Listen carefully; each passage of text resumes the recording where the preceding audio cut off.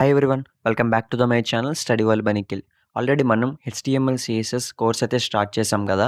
అందులో హెచ్టీఎంఎల్ సంబంధించిన కంటెంట్ అయితే కంప్లీట్ అయింది. ఇప్పుడు సిఎస్ఎస్‌లోకి అయితే ఎంటర్ అయ్యాము.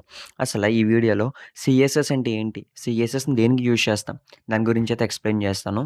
ఏదైతే హెచ్టీఎంఎల్ కంటెంట్ ఉంటుందో, ఆ హెచ్టీఎంఎల్ కంటెంట్‌ని మనకు బెటర్‌గా వ్యూ అవ్వడానికి యూజ్ చేసేదే సిఎస్ఎస్.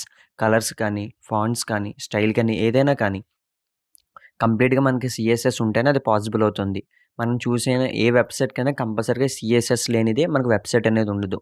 ఎందుకంటే ఆ అట్రాక్టివ్‌నెస్ ఇచ్చేది ఒక సీఎస్ఎస్ మాత్రమే. ఎందుకంటే హెచ్టీఎంఎల్ కంటెంట్‌లో నార్మల్‌గా లేఅవుట్ ఉంటుంది.